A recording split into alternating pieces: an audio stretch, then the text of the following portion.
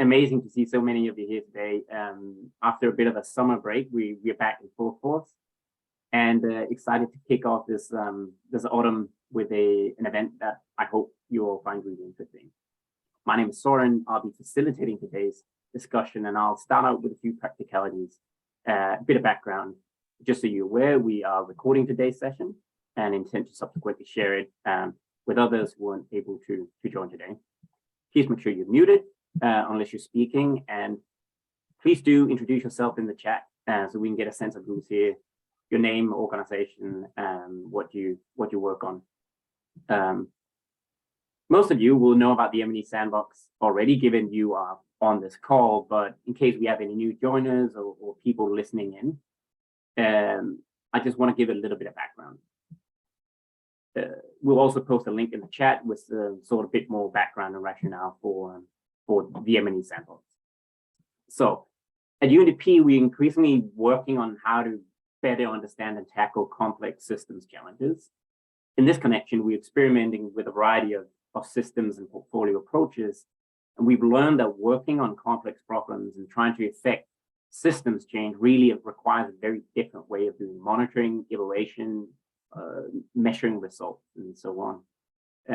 Our current ways of doing M&E, we feel, are simply not geared to help us navigate complexity and uncertainty.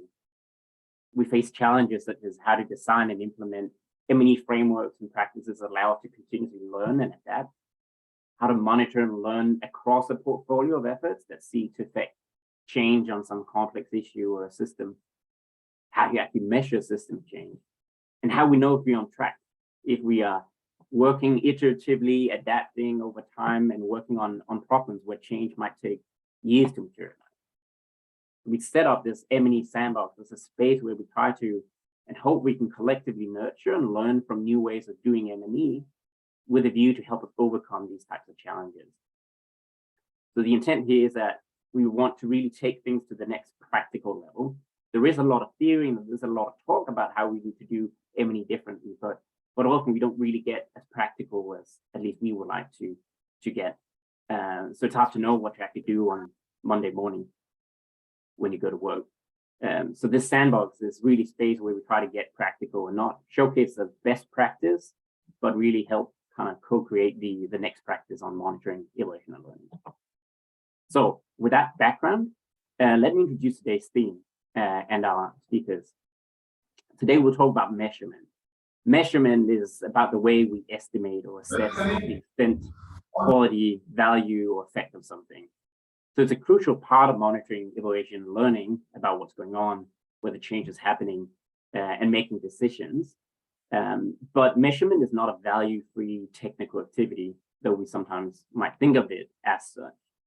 What we measure, how we measure, and for whom we measure matters greatly for our ability to learn, the room we have for flexibility and adaptation, and for how we know if we're on track when we work on complex problems through a portfolio of a variety of interventions. In this connection, it can be useful just to have a bit of a critical reflection on why, what, and for whom we measure, if we're interested in using M&E to learn and tackle complex problems. For instance, how can we measure in ways that enable and incentivize learning and adaptation rather than just reporting and compliance? For whom and why do we measure? Measurement is often done or seen as something that is done for a donor and reporting to someone in a capital far away, rather than something that empowers local change agents. And what should we measure when we start out doing stuff, where we may not know what the solutions are up front, and we iterate and adapt over time? Like, how do we think about measurement in that connection? Like, what's the role, if any, of like baselines and KPI metrics and so on? In this session, we'll try to explore these types of questions, and we have a panel of great speakers to help us unpack them. So we'll start with presentations from our different panelists, and I'll be introducing these as we dive into it. Following the presentations, we'll have time for questions and answers, wider discussion. So there'll be plenty of time for questions and discussion. So as questions come up, please post these in the chat, and we'll be compiling these and try to get through as many as possible. And lastly, during the discussion, feel free to share your own reflections, materials or resources, links in the chat that others might find useful hopefully they can help foster these new connections and exchange across this emerging community. So that was all for housekeeping. Let's dive into it. To kick us off, I'd like to introduce John Mortimer. John is a systems convener, service designer, business consultant, and he's part of the Human Learning Systems Network. John, welcome to today's event. Thanks for taking the time to join us. John, you've spent a lot of time thinking about measurement and advise organizations on the role of measurement when navigating uncertainty and complexity. Could you tell us about the role you see measurement having for learning, performance in organizations that work on complex problems? You know, what purpose should measurement serve here? What does it look like in practice? Over to you, John. Thank you very much. Okay, so what I'm going to be doing is it'll be myself, and also I've brought in Roxanne Tandridge, we were working together in a local authority with regard to systemic change. And what we were doing is working on changing the services, but also on implementing a new way of working with regard to the thinking of the leaders. So Roxanne will do a short piece at the end of this session. So let me start. So where we are is, and this is the way that I start with any of the organizations that I work with, including those leaders, is that to recognize that the paradigm that where we come from right now today, that we all are familiar with, comes from the work that has been done from 100 years ago in industry, in organizations across the world. When we train to become managers, very often we see an organization or a system like a machine, where you have inputs, you have processing, and you have outputs. And the management objective is to make the numbers. And this, of course, comes from Taylorism, who developed scientific management. And that's an important area that we need to understand. A lot of people that we work with are coming from that place. And there, reductionism is what we are all used to. So what we're going to do here is that we're going to look at this from the perspective of measurement and evaluation. Because traditionally, we want to move away. We want to look at alternative metaphors to the current one, which we all know and love. So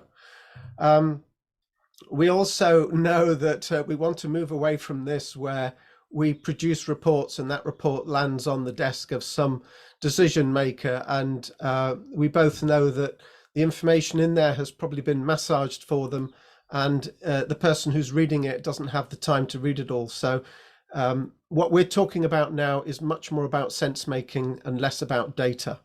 It's about systems thinking, and it's about complexity. So what we used to very often is that we have senior people in the green box that do the plans, that do the timing, that decide what the outcomes are, should be, and what the costs should be. So they use project management, which is a very logical approach. And that is very often imposed. So what then happens is that we create measures against that initial criteria. We look at variance against what was expected. We look at what we think is good, and we look at what we think is bad, and we chase up what we think is bad. We use numerical charts and we use trends. And the job of the people doing the work is to comply. And a lot of that is driven by fear. So we know that this doesn't work, and that's why we're here. So what we're going to do is look at an alternative way at redefining measurement. So if we push aside the machine metaphor that we have and we reframe that using systems thinking, what are we left with? Well, let's look at a different purpose to measurement. And if we replace compliance with understanding and learn. So if that's what we're here to do, to understand and to learn, what does that look like with regard to the decision makers and the others that we work with? Well, one of the first things it looks like is that those decision makers have to get far closer to where the work occurs. And that line that you saw gets wider because that connection has to get more direct, but it also takes on a different nature, which I'm going to be showing you soon. So this is actually a fundamental change. we don't have that feedback anymore, that formal feedback. What we end up with is a team where the purpose is to understand and learn for both of those groups of people, and they do it together. And that's what I'm going to be showing you here.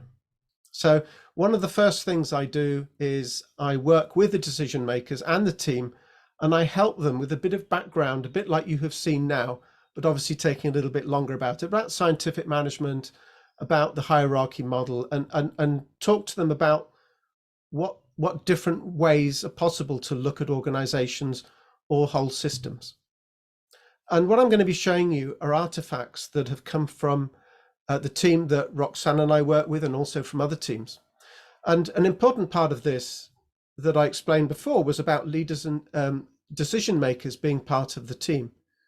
So this is an outcome that the team were doing on a whiteboard, and there were some activities here for leaders to take away and do themselves. So they had to go off and do some of those things. So this is one way of engaging them. Another way of engaging them is you can see here 2 members of the team, frontline members, that were pulling out the learning from the work that we were doing. And next to them, sitting next to them, is one of the decision makers. And her job was to learn what was going on and to learn what the team are doing so that they understand where the numbers actually come from.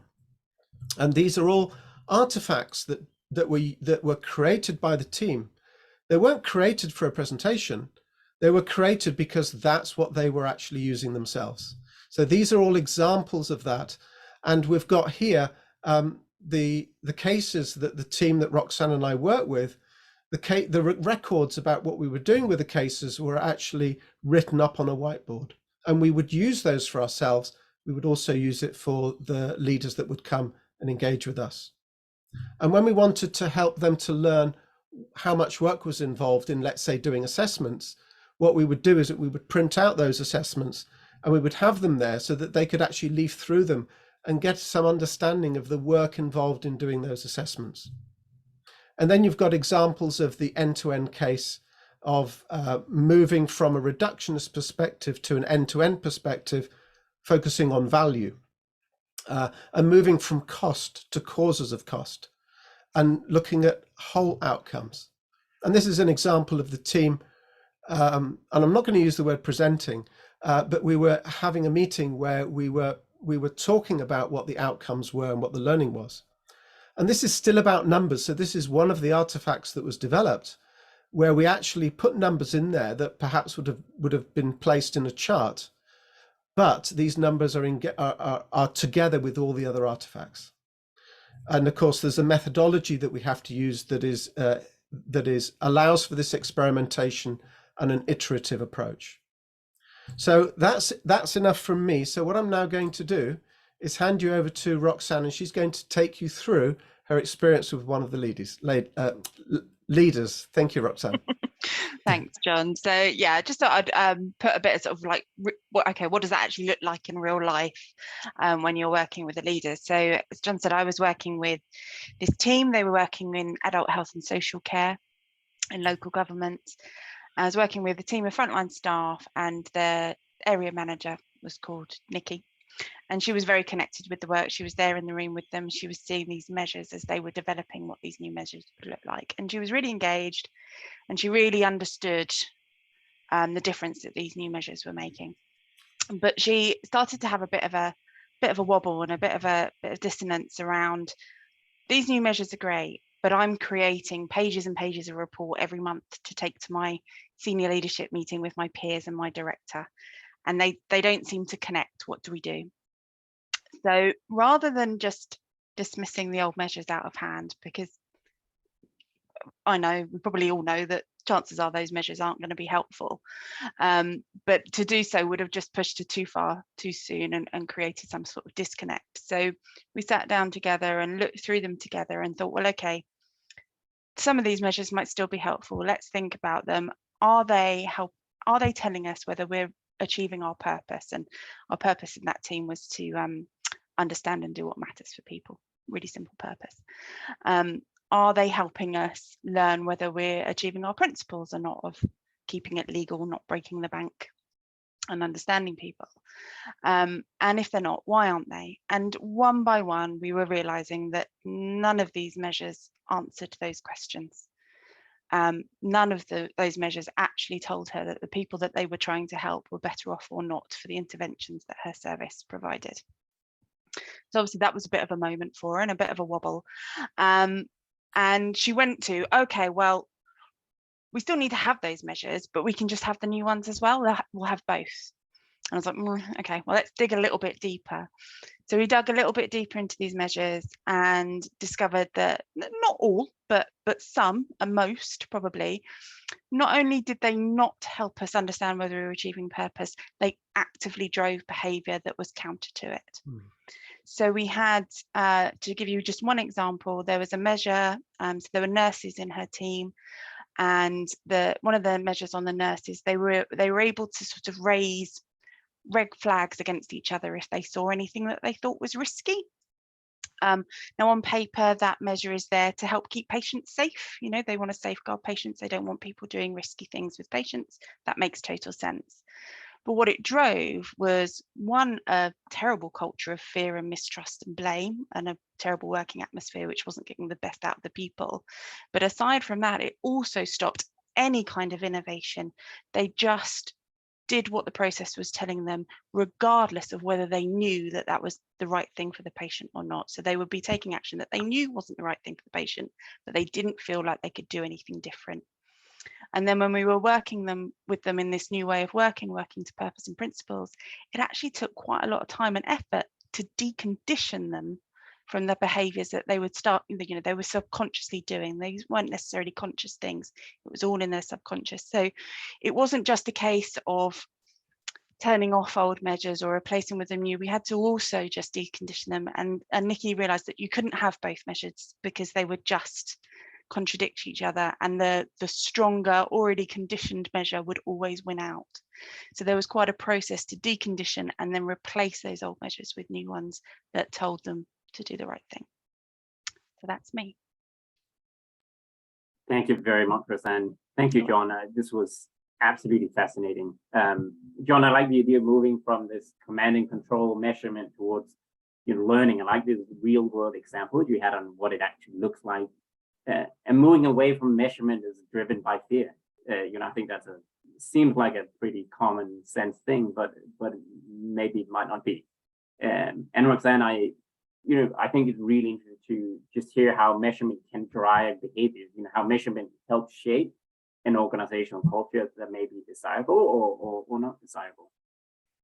So everyone, if you have any questions for John or Roxanne, feel free to post these in the chat. Feel free to put your reflections and links to other things and so on in the chat. In the meantime, I'd like to bring in Erin and Julian from MacArthur Foundation.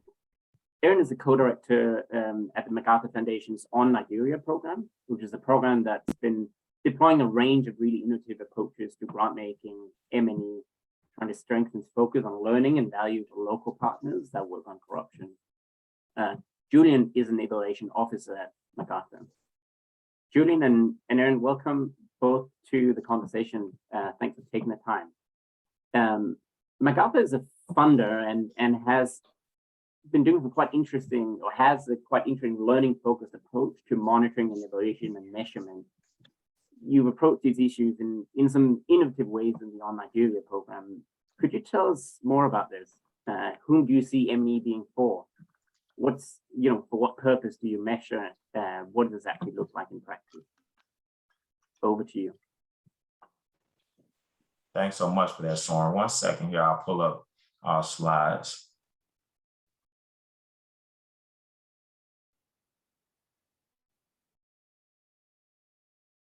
All right, well, good day, everyone, and thank you all for having us.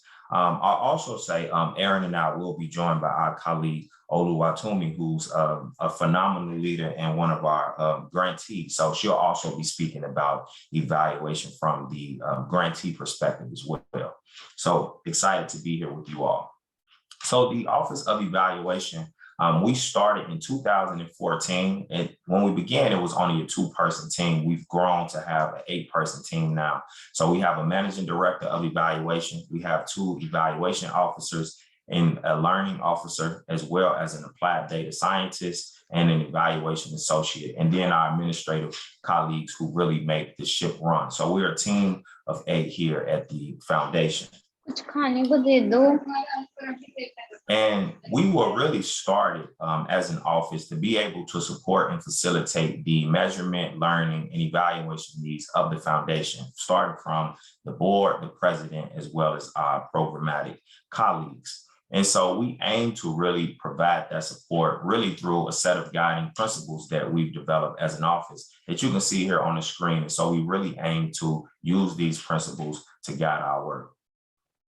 In terms of our approach for evaluation, there are really 4 major buckets that we're interested in as it relates to learning at the foundation. And as you can see here on the right, the first is landscape. We're really interested in understanding the context, what are the social, the economic, and the environmental conditions, and how are they changing in place and time as we go through the individual program. Sorry, we're also Julian. interested, I'm sorry. Sorry, just to it looks like it's still showing the front page or the first page of the slide deck. Let me see here. What about now? Is it showing the same thing still? No, it's just sort of showing the overall, before presenter view. Let me jump out and go back here. One Sorry second. about that. No worries. Let's see. Yeah, we see the next slide here. Okay. Can you see it correctly now? Yes, it's still showing the not the presenter view, but just sort of the normal PowerPoint view. But I think it's okay. Okay. I'm not sure why it's showing differently on my screen, but Zoom always keeps you on your toes. So sorry about that, you all. So the second is really focused on feedback. And so we're interested in understanding what are the inputs, the activities, and the outputs associated with the program.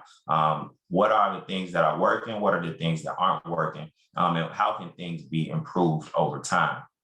The last 2, I think a lot of folks will be familiar with in terms of the outcomes and the impact. And as it relates to outcomes, we're interested in understanding what are the specific outcomes and measures that we're focused on, to what extent are they being worked towards, and what are the unintended outcomes, whether those are positive or negative. And then lastly, impact. We're really interested in understanding what are the measurable impacts that the work is contributing to. And so we're most interested in contribution, not attribution, because we know there are a lot of things contributing within the programmatic areas that we focus on. And so we want to understand what is the specific contribution that we're making to being able to move that work forward. So in terms of the services that we provide as an office, it really sits at 2 individual levels. The first is we provide technical and strategic assistance to our program teams and the departments across the foundation. And so that really looks like us having a person from the evaluation team embedded on each programmatic team, as well as a flurry of different working groups throughout the foundation. And we really aim to just be a support to those different groups within the foundation. The second thing that we do within that sort of technical and strategic assistance is really related to managing the loop, which is our internal system where we house all of our data, we house all of our documents, as well as budgetary information that folks can get access to within the foundation, as well as our external partners.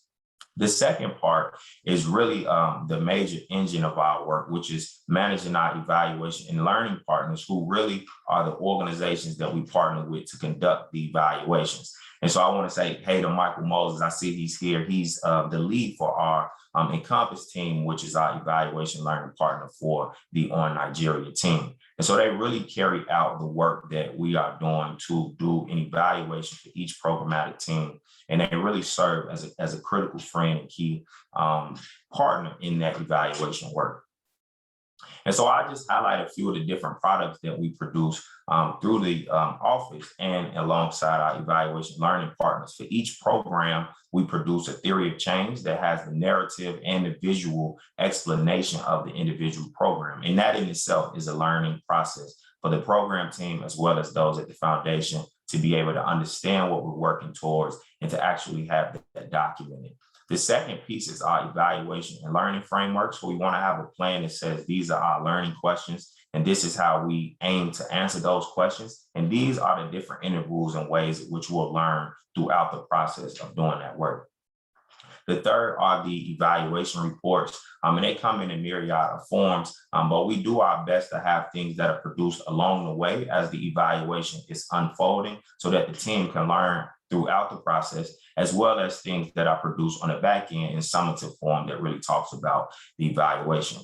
And then the last piece I highlight here is really the learning focused activity. So we strategically have these placed throughout the process for the team, as well as the grantees to be able to learn as the evaluation is unfolding. Our Encompass team just did a learning session earlier this week with the program team focused on one of the briefs that they created. And then they'll also do a learning session with the grantees later on. So we try to do our best to create and weave evaluation and learning throughout the process. So with that, I'll turn it over to Aaron to speak about the programmatic aspect of the work a bit more. Thanks, Julian, and good day to you all. It's really nice to be together today. I think I'll forego the slides since they don't seem to be cooperating, and I'm sorry you can't see our beautiful, beautiful slides. So as you heard a little bit, we have a real focus on learning in the On Nigeria program. Our programmatic goal is to reduce corruption in Nigeria by supporting Nigerian-led efforts that strengthen accountability and transparency and participation. And in our strategy, we support government reformers and civil society at the same time, in addition to independent media. We've got 4 portfolios. One focuses on criminal justice reform, one on independent media, one on behavior and norm change, and then a final portfolio that supports a variety of advocacy, accountability, and community participation. And each portfolio has its own theory of change, its own goal, and they all roll up to support the overarching anti-corruption goal of On Nigeria. Our grantee partners and our peers have weighed in extensively on our strategy and theory of change, and also how we measure success and progress. And we also have an external firm, Encompass. We have a teammate here with us today that's been with us since the beginning of our program in 2016 to help us better articulate our strategy, our theory of change, and our measurements. And I should say that we only measure at the strategy level. We don't evaluate individual projects. If grantee partners wish to evaluate projects or contract someone to evaluate projects, we'll pay for that, but we do not evaluate at the project level. We're in I would call it a mature phase of our program now. We're 6 years in, we've got about 2.5 years left before our planned exit. And our focus with our evaluation and learning now is really learning. And we spend a lot of time with the results of the work that Encompass is doing for us, and thinking about how to use that information to make changes in our strategy and our grant making and our programming.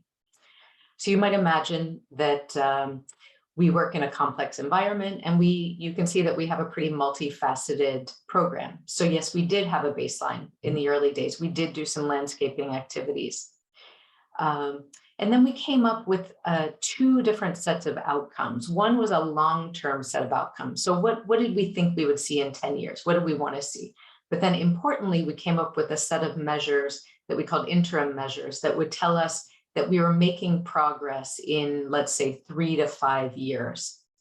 And those measures were really critical for helping us figure out whether we were on the right track, and for having conversations with our board, and frankly, making the case to be able to continue to do the work.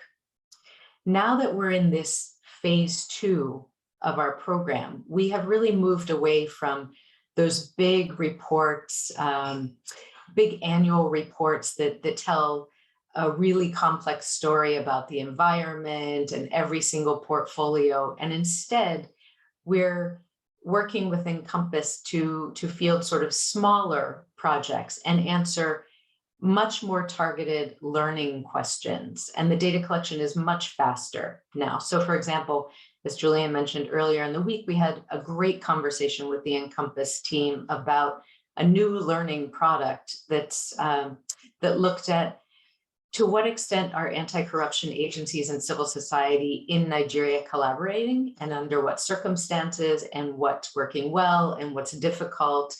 And if we want this kind of collaboration to continue in the future, what has to happen? What can we do? Tremendously helpful.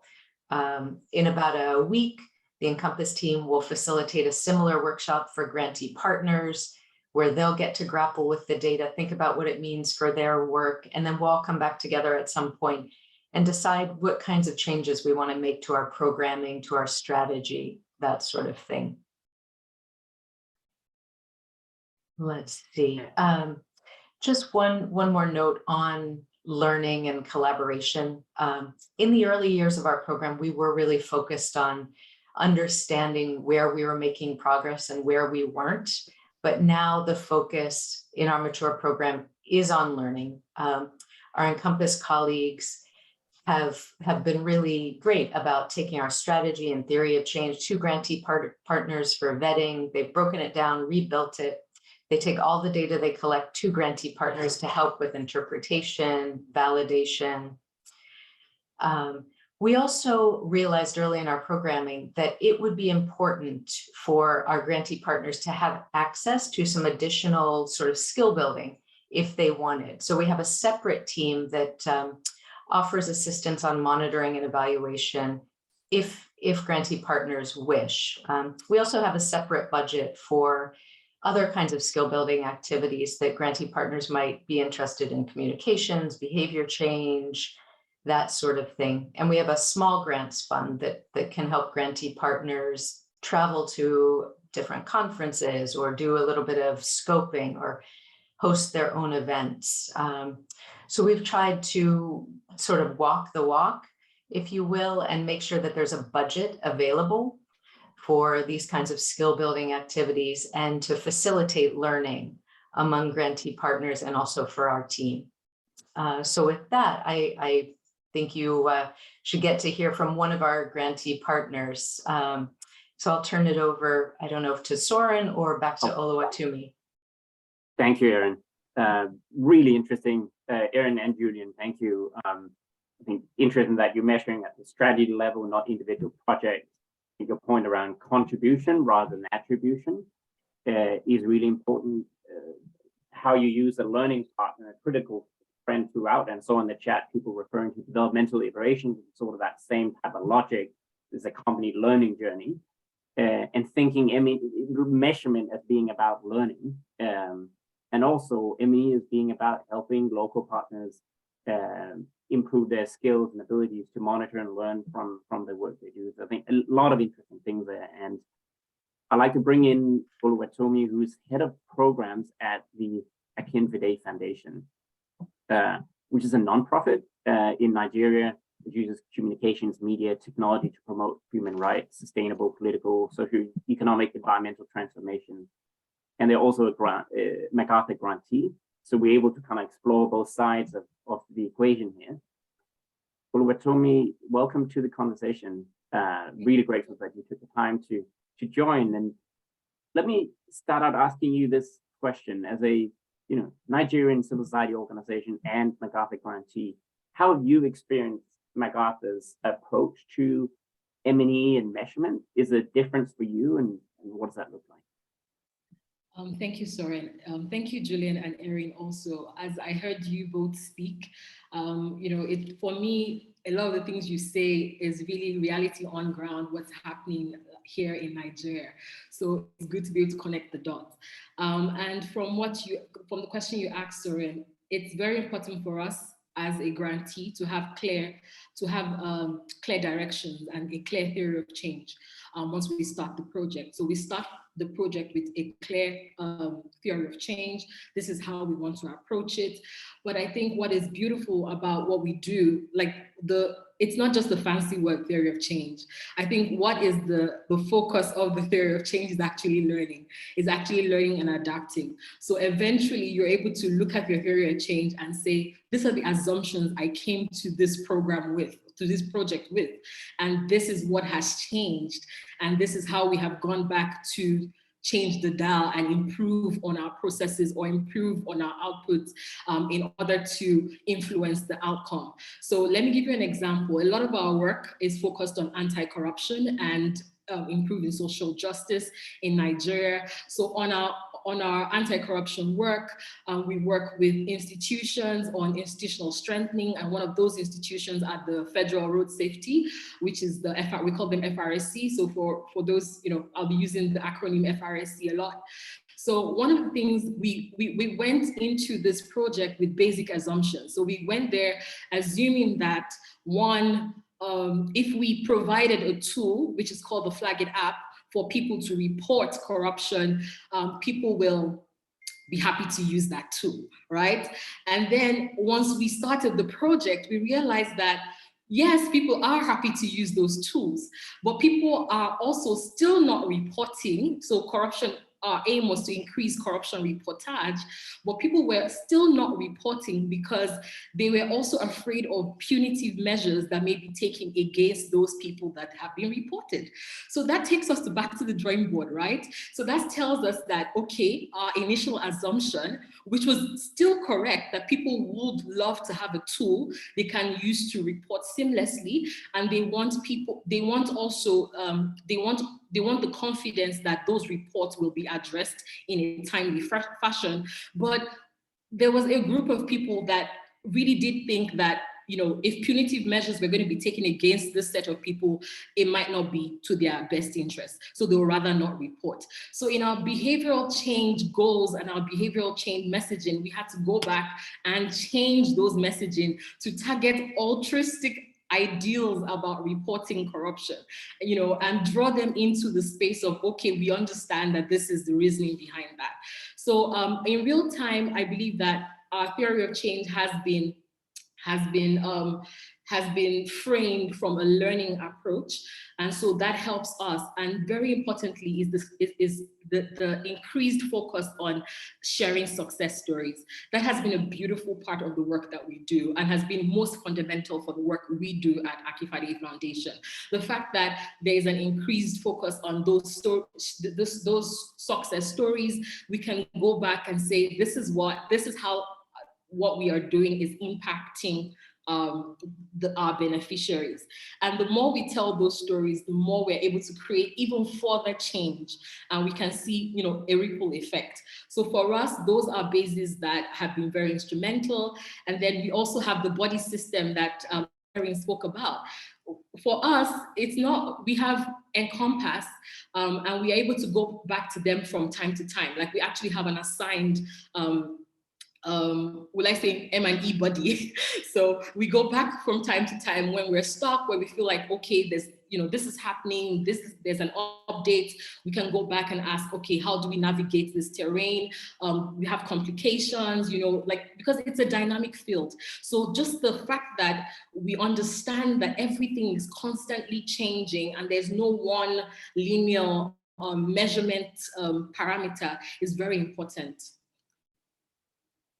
Really fascinating. Thank you. And could you talk a bit more on that last bit? Like, when you measure for learning and when you measure in a context where you continuously learn and adapt, like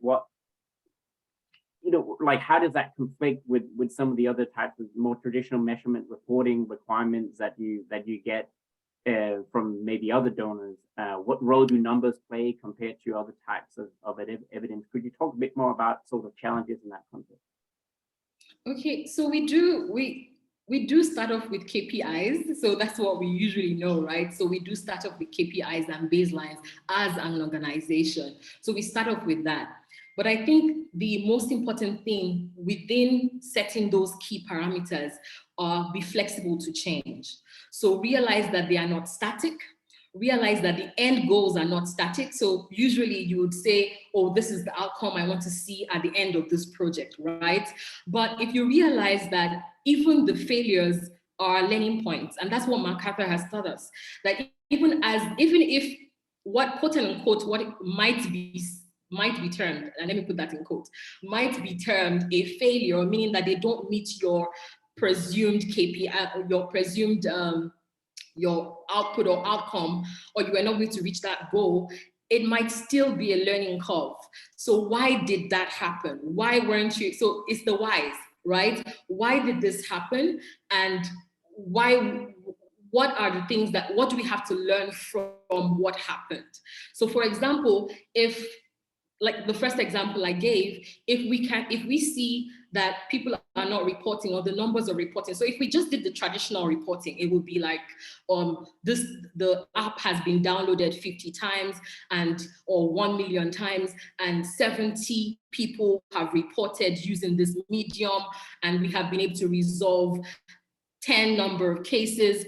But looking at other parameters of success, for example, the success stories tells us more about that, tells us more, right? It tells us that people, like, change is happening, regardless of the fact that it is not the traditional 5 people have reported. And if we even use the parameters of 5 people not having reported, then we can go back to the table and ask questions, why are they not reporting? Then we can see nuances, we can see ways in which we can tweak. And sometimes it just means change, tweak messaging, tweak our approach, just to ensure that we capture a group of people. I'll give you another example. Recently on the app, we have included issues of diversity. So MacArthur is also big on social inclusion, gender equality and social inclusion, which we call our Jessie approach.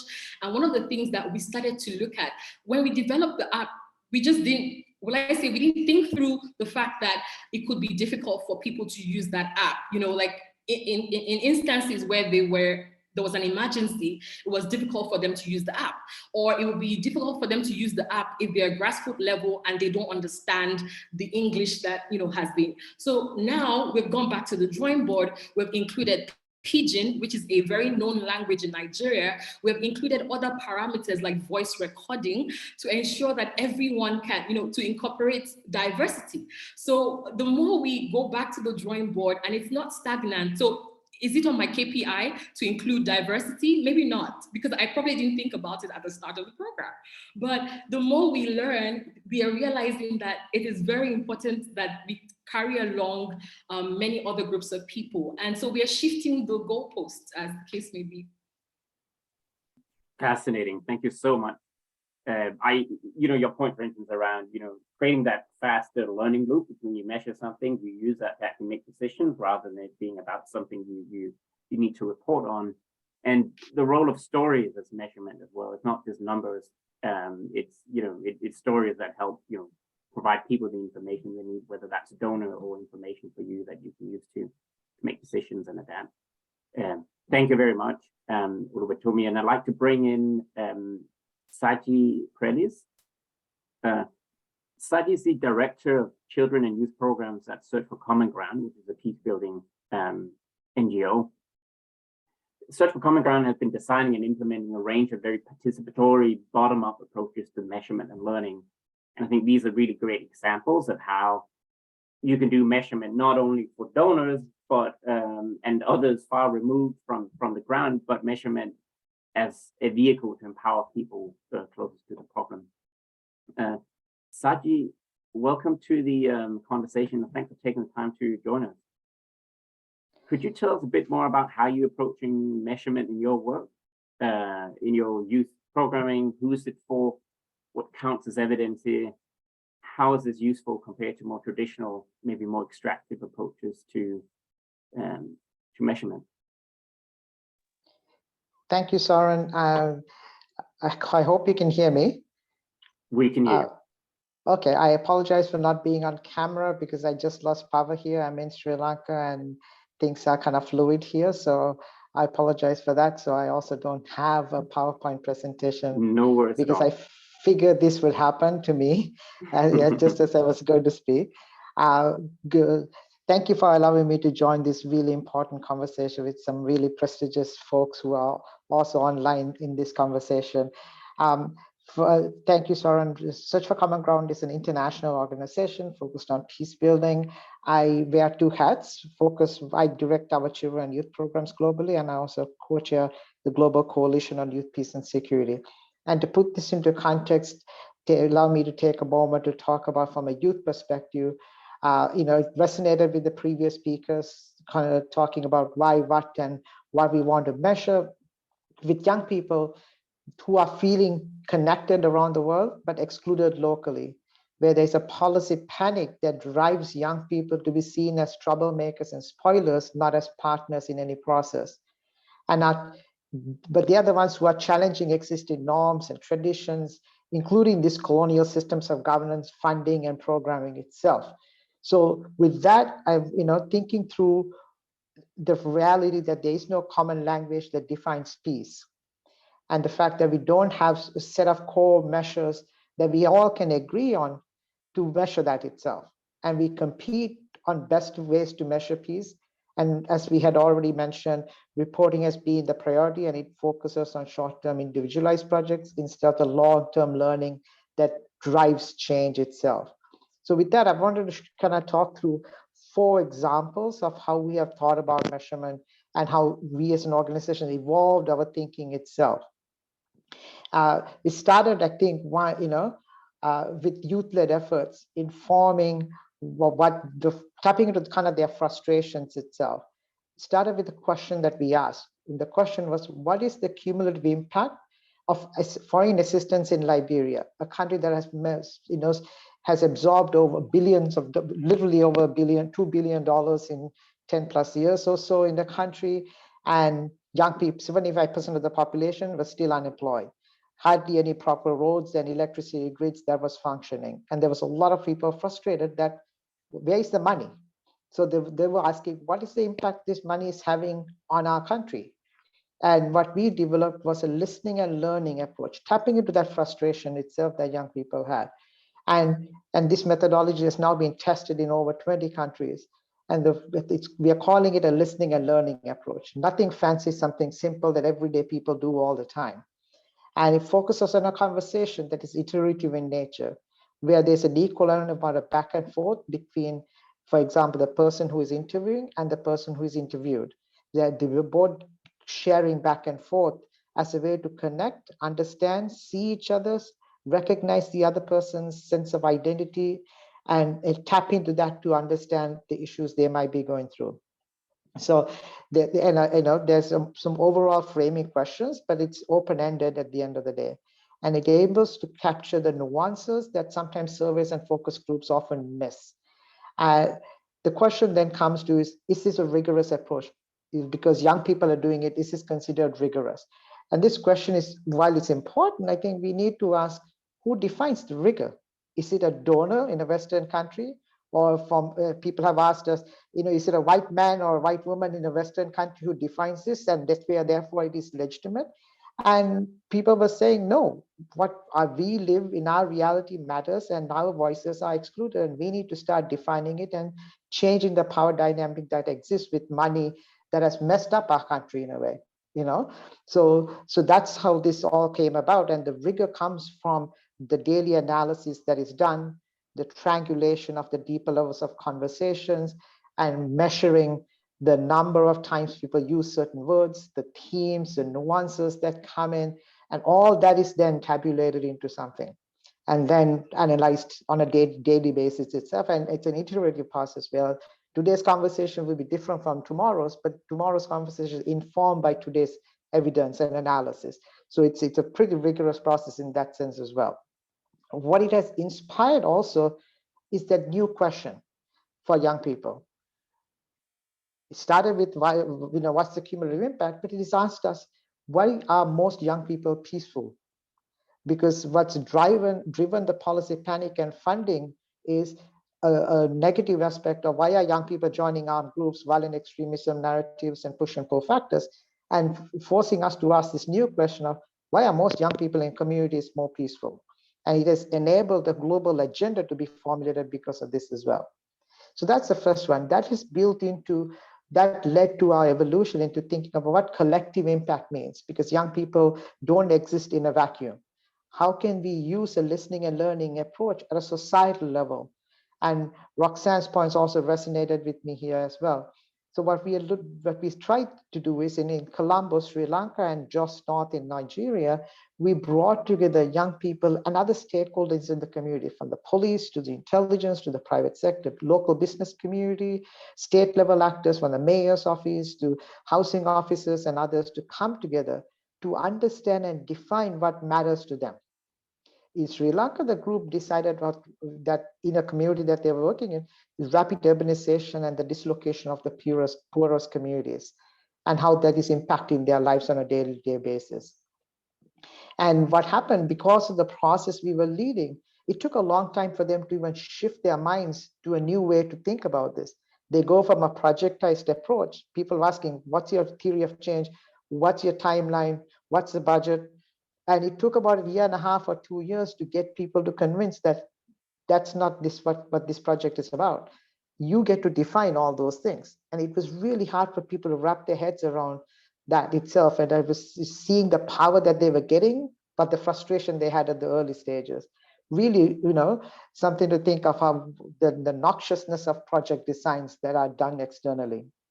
So what it did was it enabled to build a lot more trust between these different actors.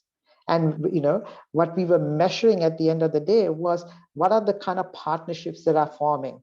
What are the degrees of trust that is being seen between the police and the youth groups, between young people who had arrested for drugs versus others who were going to school? What's the degrees of trust?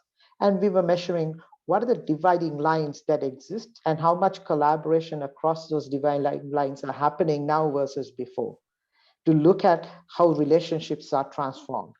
And this kind of led to us to think of, what's the collective level feeling, because society is a collective, and we wanted to make sure our programs are not towards one group or another, but at a collective level. So that's why the collective impact was such a critical thing. It led to this concept of collective impact has led to this field now we call the Youth, Peace and Security Agenda, with the Security Council resolutions and a whole sort of institutions now trying to think of what their commitment is to young people itself. And the UN's General Assembly's resolution also calls for the commitment and accountability to future generations. So all this is part of this collective consciousness, collective level impact that we need to see in the world. And this is the ingredients that we are trying to put in place to get institutions to act on it. That leads me to this third level kind of work we are trying to do now. Building off of this is, what has been the social value created from youth-led and youth-supporting programs in countries at a project level and at a collective level. So we're developing this proof of concept called the social return on investment. And because it is, the agenda is ripe and very young, this social return on investment is actually helping to think about what those data bank of indicators could even look like for youth-led and youth-serving organizations that are investing in communities.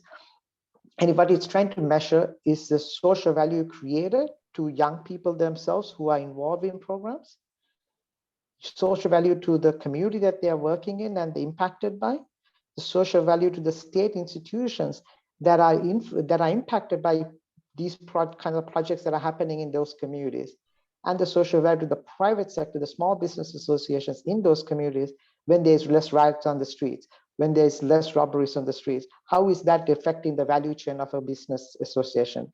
So to try to connect these threads itself, and that's what we are measuring. It's a bottom-up approach. It's not defined by outside. It is developed by, but who measures that is the people on those stakeholder groups are the ones who define what success looks like, and then we work backwards to understand what the social value is to each community itself. And what's interesting with this effort is we are bringing a set of institutional partners to also embrace this concept. So we have the African Union, the World Bank, the Commonwealth Secretariat, the UN Peacebuilding Office, the United Network of Young Peacebuilders, and USAID to come together to think together, in a sense, and advise, shape this so that the results can be co-owned, but also get seeped into the institutions itself. So it's about getting institutions to commit based on ownership and shared values that we create with this. It kind of is leading to I will share the link in the chat if I'm possible, as soon as I'm done. This SROI project has also now looked at influencing Search for Common Ground as an institution. The SROI is built in the field. Now, what does it look like from an institution perspective for search? Over the years, we've been working across 40 plus countries, and the Global Impact Framework, which we are calling it, is this tool that we have developed that kind of empowers local practitioners to analyze the impact of their work and contribute to the evidence in the field. And it builds on a set of new standards for people working on conflict to align at a minimum with factors that are most kind of relevant to those living through those conflicts itself, and creates this knowledge base to learn from. And we've developed this common framework kind of gets for us to get started. So we stop competing and we start collaborating, even within the institution and different country officers and divisions within the organization also. And oftentimes within organizations, there's competition, and we are trying to go beyond that using this common framework also. And we can pool so the framework integrates like the evidence across 3 areas, like lived experiences and looking at aligned measurements and shared reflections as a way to think of constant learning itself. And MacArthur's example also resonated with me as well. And there are kind of 5 themes we look at measuring within: physical violence, personal agency, collective polarization that's happening at the community level, and institutional legitimacy, and how much resource mobilization and investment is going into this field over the time. Does it create a marketplace around this itself? And it's building off the SDG 16, the Positive Peace Framework, and the SCORE Index and others, so that we are not trying to create new instruments, but building off of existing data sets, so we can be able to collect at a localized level even how our programs impacting lives in people's everyday lives of people itself. So those are kind of 4 kind of examples of thinking of measurement and thinking of institutional change using this iterative way of learning, so to say, over the last many years. I'm going to stop there and happy to answer questions as well. I'm really happy that this conversation is taking place. Thank you so much, Sajid. This was absolutely excellent. I think first of all, your point around the deep sort of power structures and relations that are embedded in these types of questions is so important. The kind of colonial underpinning the logics of measurement as well. I like your point around listening and learning, like your listening and learning approach. So, from measurement towards listening, I think that's a really interesting kind of thing to reflect on. The role of just trying to understand people's perspectives and identity and building trust as part of, measurement. Who defines rigor, challenging the power dynamics. And I see a number of people have also been reflecting on these things in the chat and move towards a focus on collective impact. This resonates a bit with what Julian was talking about in terms of contribution rather than attribution. We're part of this bigger story of change. At best, we're part of it. So, our measurement should also reflect that sort of collective approach. I'd like to now open it up for questions. We have a lot of questions in the chat. Some have been answered already, and we'll try to get to as many of these as possible, but we'll also try to follow up on some of these that might not have been answered. But I'd like to maybe open up with a bit more of a general one for all our panelists. This is Alejandro and Carrie, who first of all find this conversation very fascinating, and thank you to our presenters.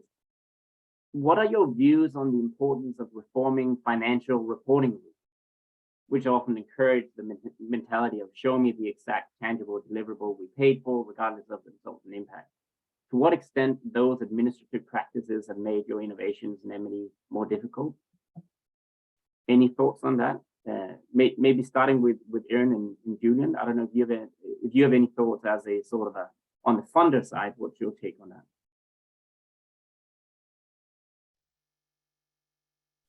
Yeah, I'll be happy to start off. So I'm aware that the different donors have different rules that govern their work. For a US foundation, we're primarily governed by the Internal Revenue Service. And so there is certain information that we have to collect, and then we may ask for other information for our own purposes. So the one requirement that grantee partners have at MacArthur right now is that you have to submit an annual and a financial report.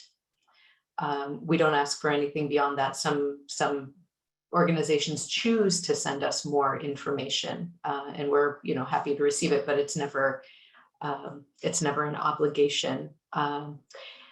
I do think there's a movement afoot at MacArthur and other places to ask for less, to collect less information. And I think overall that's extremely important. And I hope we keep moving in that direction. I do think our sector is ripe for change in that area. So anything that makes life easier for grantee partners is something that I know I would support, and I think my team members would support as well.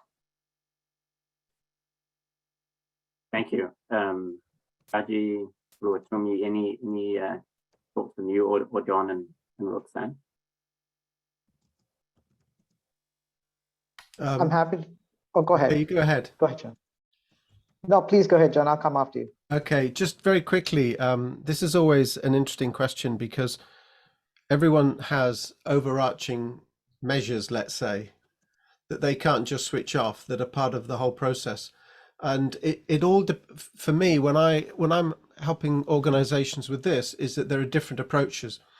First approach is, can we just send the information back, but don't let it affect our behavior?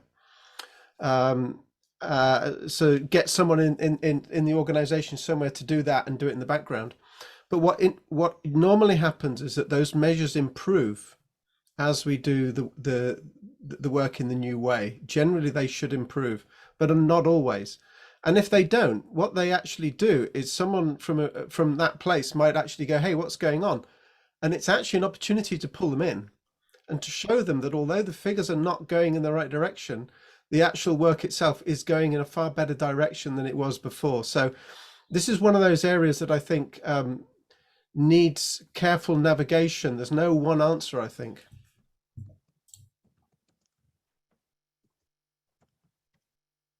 Fadeyi. Yeah, building on that, I fully agree with John. I just want to make 2 points here. One, I think from an implementer perspective, for youth-led organizations, they don't fall into the traditional trappings of what an organization is, right? We are looking at a generational divide here, where traditional older institutions have a very vertical governance model, and we are clashing against this horizontal leadership and governance model of movements that are not registered NGOs and structures. They don't set up automatically saying, we want to set up an NGO to change the world. They say, let's change the world together. Let's not worry about the bureaucracy that stifles that option. So then within that is how we need to think of what social change can look like and how we invest in those kinds of social change movements. So within that, we've actually really made some progress in getting some donors to actually think of the reporting mechanisms, the program design mechanisms, the way to think of funding youth individuals and youth organizations and youth supporting efforts. So thinking through that very creatively, because ultimately money is about power.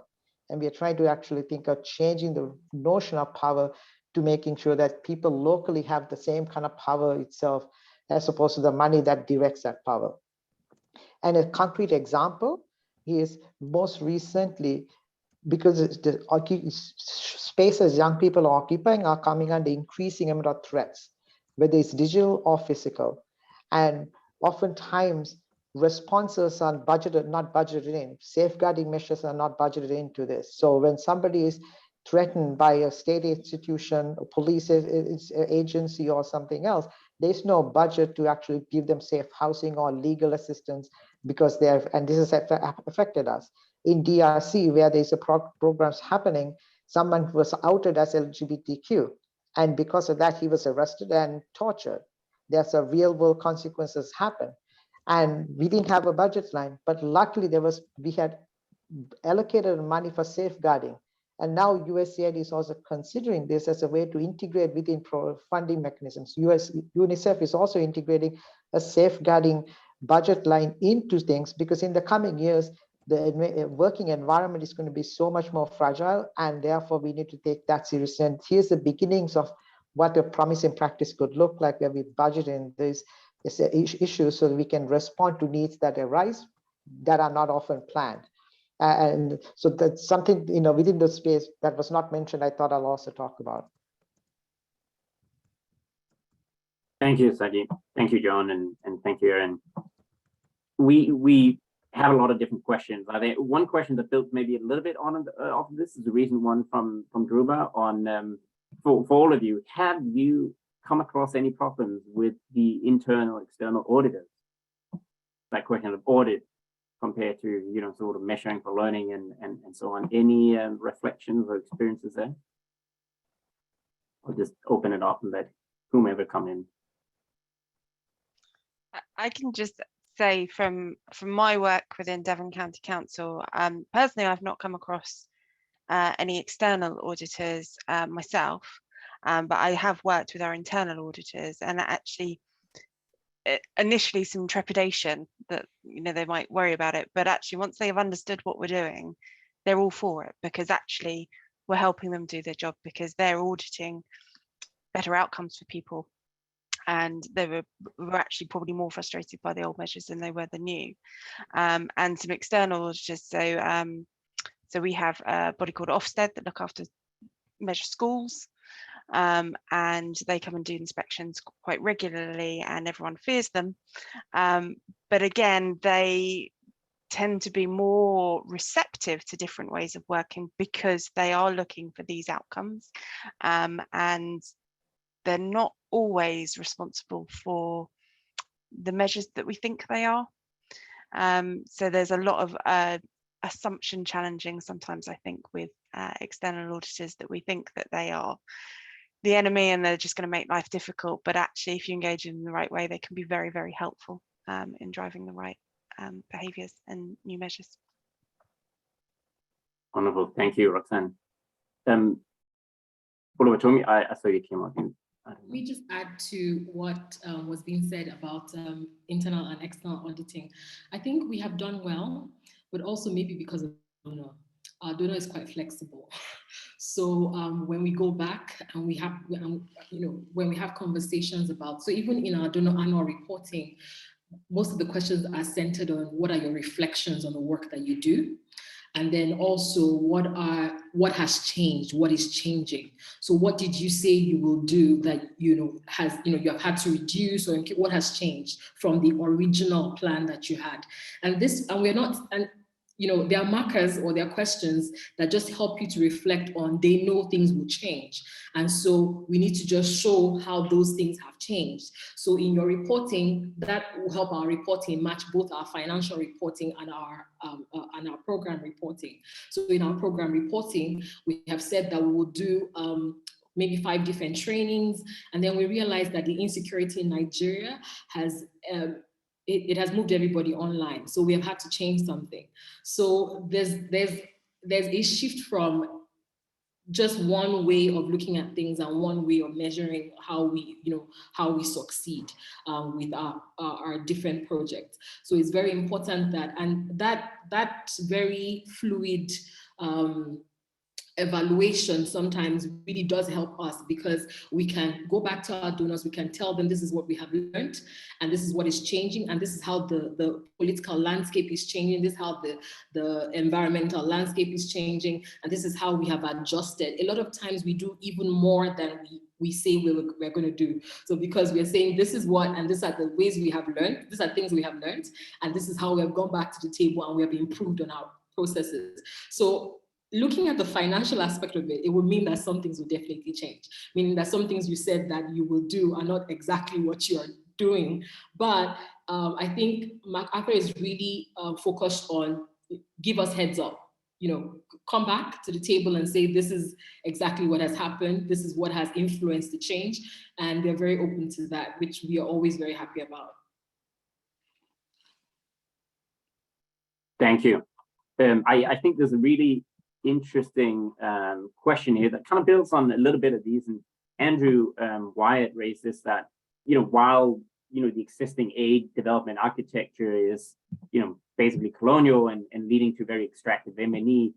If this applies especially for sort of traditional bilateral donors that are sort of taxpayer funded, if we want taxpayer and voters to continue to, participate in some sort of global redistribution, then the question of like, what have we got for the money that the state, took from us and gave to international development, like what came out of that? Like, how do we make sure M&E still serves some sort of accountability function towards those type of constituents, but also is useful for people in these countries, in developing countries that are the sort of people on the ground and beneficiaries? Like, how do we, are these, Roxanne, you mentioned some point, there's sort of one of your clients talk about two different metrics where you kind of have the ones you do for reporting, and then you have the ones that are sort of more about learning. Like, do we separate out these two different functions? Can they be like serve the same, like can we merge them somehow? Or any thoughts on that from our panelists? Like, how do we deal with that accountability kind of versus learning at the front lines type of dilemma? So I think it's kind of as John said earlier, it's like there will continue to be measures that you might have to collect and report on. We're in local government, there are things that central government want to know, so that we have to measure that. And there's also a whole load of benchmarking measures across all local authorities that I saw the other day and put my head in my hands about, but they're there and they're not going anywhere anytime soon. But I think there is a certain amount of leaders then deciding to go, okay, we'll collect them, but we'll do it in the background, and we won't let those measures drive our, but they won't be the only measures, and we won't let those measures drive our behavior. Or if they do, we're going to really understand what it is that they actually do and how can we counter them. And then the measures that you pay attention to loudly and visibly and talk about throughout the organizations are the ones that help us learn and help us get the outcomes that we want to do. And I think it's about that being visible. And I just actually wanted to touch on one of the questions that was in the chat about sort of the, where I was talking about Nikki. Yes, she was one leader in a whole chain and hierarchy of leadership, and her on her own wouldn't be enough to overturn all of these things. So there's something about it's spreading organically as other leaders come in and see different ways of working and have that learning for themselves, because it's not something you can really tell someone about and they instantly get. But it is also, it's also a bit playing the slow game. So we had the director of finance come and look at our measures like 5 years ago, nearly. Oh my God, it really has been about 5 years. And she got it and she saw it. And she had some of her assumptions changed, but she was again a bit of a lone voice in a whole big hierarchy. She's since retired, but her 2 directors came as well, and now they are the directors, and they are part of the senior leadership team, along with some others who were kind of on the fringes back in the early days, and now they're part of the leadership team, and they're the ones that are asking for the measures to change, and they're asking for transformation. So it's also sometimes playing a bit of the slow game. Thanks, Roxanne. Any other reflections? Fadeyi? Yeah, Sorry. just to. Oh, I'll wait. I'll hold. Go ahead. Sorry, if I can just throw in there, just to say, I agree with John. Sometimes we put the indicators right on our board. This is what we said we will do this year, right? We put it right there, clear to everyone that these are the outputs that we are working towards. But we ensure that we are not only focused on those, right? Because we are looking at the environment is changing, like I said. So sometimes it's very important to put it there, and so that you can literally see it, that, okay, we need to report on what we have done on this A, B, and C. But it is on top there with many other empty boxes that have question marks. Because the more we interact with FRSC, the more we interact with our app, the more we put parameters in place and measurements in place, we understand the environment better. And as we understand the environment better, it produces for us, what we need to be thinking about next. And if we look at what we need to be thinking about next, then our board expands. So for us, I would say personally, I have on my phone we have our 3-year report due in 2024. And I already have a tab on my phone that says 3-year report. And what is exciting about that is because I realized it's easy to miss stories and it's easy to miss these markers of success if you do not see it as an everyday lifestyle living. So when someone comes to us and we find a marker of success, like a learning point, then I quickly put it down, and it's in my 3-year report, because I know, like, it's in a tab that says 3-year report, because I know that if I wait till 3 years from now, I will not remember some of those things. So I'm looking forward to it. And I see measurement now as part of not only about donor reporting, but out of some of these stories tell their own. So even if you use measurements, like someone asked in the group and you say, okay, the numericals. So even if you go and say 50 people, you were able to work with 50 cases of sextortion. This data alongside the stories are what helps other people to be able to live abusive relationships or help other people to be able to engage with your organization further on issues of sextortion. So it's always very important to use all the strategies possible. Thank you. Thank you. Saki? Thank you, Soren. Just building off of that comment, Lance, I think, when you're balancing accountability versus learning, we need to think of measurement as a tool for advocacy as well. And within that space, we see decision makers always ask, where is the evidence? We've had US Congress members asking us, where is the evidence when you invest in this, that there is a positive return on this? But they never ask this question when it comes to military exercises. They often ask it for social level work that costs less than military. So what we have done is using a key people to more people strategy, getting trust and buy-in of key decision makers. So we had advocated for and actually helped write the first US congressional bill on the Youth Peace and Security Act for US government's investment in this space. And we looked at how to actually change some of the foreign assistance rules that will help youth-led organizations benefit from it as well, because they are not often registered. And it only happened because of the connections that some of the Congress members had with young people. Putting FaceTime enabled them to understand the challenges that enable them to say what they can come to as solutions. So this connection between beneficiaries versus constituencies within the US, in the US, for example, in your question, what we see happening far away out of the United States impacts what's happening in the US and vice versa. So these things are so fluid. Local is very global and global is very local when it comes to these issues. So this is why these connections matter, and what taxpayer money goes to can actually impact something far away, and lessons learned there can also then have a preventive approach in the United States. So those kinds of, so building trust, using a key people to more people approach of tactics, connecting at a human level has also helped. And with the M&E field, and advocacy is very much at the heart of this work as well. Thank you. We are almost out of time, but there's been a few questions in the chat. Alan, I'd like to bring you in. There've been a few questions around sort of, exploring a bit more of the power and political economy aspects of sort of the question of measurement and so on. Alan, I wonder if, I know some of the speakers, Fadeyi has kind of dived into it already, but I wonder if you want to sort of ask that question and maybe kind of set it up for a few other panelists. Yeah, okay, thank you, Soren. It's a great panel. Very interested in hearing all the different experiences. I'm always interested when talking about learning-centered approaches, which I'm a big fan of.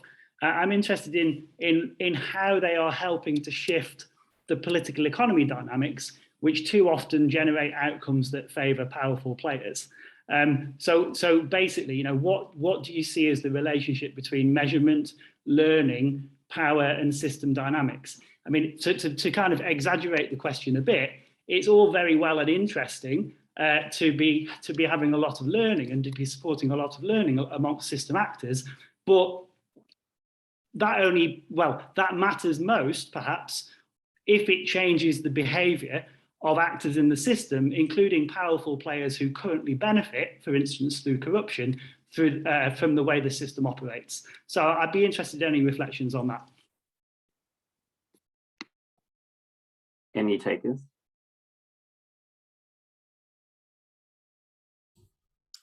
Yeah, can I say something here? One very strange thing that happens, we've talked a lot about the physical aspects of how we can change measurement. But when you bring senior people into an environment that they're not familiar with, so it's not a meeting room, but it's an informal place where the team are. And instead of looking at formal measures, they see things on the wall. And instead of engaging and watching a presentation, they sit and have tea and coffee with the team first, and they talk about trivial things. Immediately a new type of way of understanding occurs, where suddenly the power that was there before is not there anymore. Now that only happens for a short time, but it gives people a glimpse of what is possible. So what they remember after they leave that is that they go, that was a really nice and interesting experience. And it wasn't just the physical, it was the psychological and emotional as well. And what Roxanne and I would do would be to follow that up with them individually and talk about that and bring it out to go, well, how can we retain that feeling? And actually what you were doing is that you were sitting there and allowing people to talk because you weren't expressing your power. So actually starting to bring this out with them, but it has to be done at a rather direct level. I haven't found a way to do this at a distance. So Alan, that's one of the answers that I would give. Any other reflections on the power side, Karen? I can share some. Oh, well, go ahead. No, please, go ahead. Thank you. Maybe 3 points very quickly. One, I think, building on my previous comments as well, our experience has been, connecting learning into advocacy and policy. So first step was, how does this influence a set of new political norms and policies? Second is then taking these policies and norms and getting strengthening institutions' response to act on these norms. And third step in that is like influencing a market and partnerships to actually implement these norms and working in collaboration with the institutions itself. And at the heart of these 3 pillars of work is this transforming of relationships that is necessary to make this happen. It's changing the mindsets of perpetrator to a protector, from a peace building perspective, changing the norms of creating institutional credibility around this, working with security actors and youth groups to change those norms. So it's that type of work, because I think at the political level, you're right. It's like the status quo always exists. This is why we have trillions of dollars into military and social work gets very little money, pennies on the dollar, so to say, hundreds of dollars. So I think, but what we have found is establishing policies, rules, laws actually have made an impact, or he's starting to make an impact, and something that we have seen happen. Over. Thank you, Sati. Aaron? I think what we are ultimately trying to do and hoping to see is a real shift in power dynamics and to help to catalyze some kind of systems change that far outlasts our program. And that's why we decided from the beginning that we would fund civil society and government and the media. And so specifically, we fund government reformers who are kind of creating this opening at the top. And then we fund civil society groups to both support the government reformers and then also act as watchdogs. And then we fund independent media to, shine a light on cases and shine a light when there have been success stories. And we have asked everyone to work together in a collaborative way. So we make, instead of 1 grant, we'll make 15 grants to advocacy groups, and we ask them to share information along the way. They end up coming up with a common advocacy agenda and messages and that sort of thing. So we see this sort of power in numbers approach. And a recent data collection exercise from Encompass helped us see that, in fact, yes, civil society and anti-corruption bodies are working together and playing the roles that they're meant to, the watchdog, the supporter, that sort of thing. And so we have some early evidence that collaboration is happening. The accountability ecosystem is getting stronger, but we also see that there are gaps.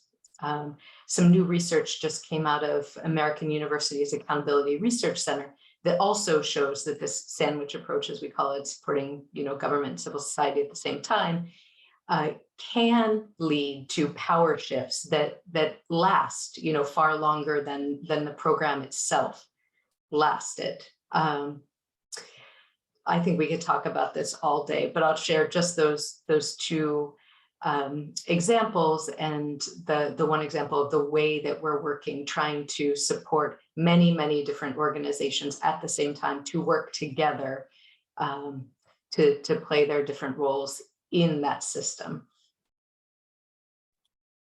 Thank you, Erin. And I think we are pretty much out of time, so we'll have to end it here. First of all, thank you everyone for joining today's session. I think after 90 minutes, it's impressive we still have over 70 people here on the call. So thank you very much for sticking with us. It's been such an interesting discussion. There's so many things I haven't had a chance to read yet in the chat that I'll need to do after this. We'll send out a digest of today's discussion, a recording. We'll be sharing the presentations, the PowerPoint, and so on. So watch out for that, and we'll also be convening more of these types of events in the future. So do keep an eye out for these, and tell your friends and colleagues who might also want to join or listen to this. So thank you very much for taking the time to join today. Please do get in touch if you have any questions, ideas for what we should be covering, and themes to explore. And until next time, stay safe and have a good one.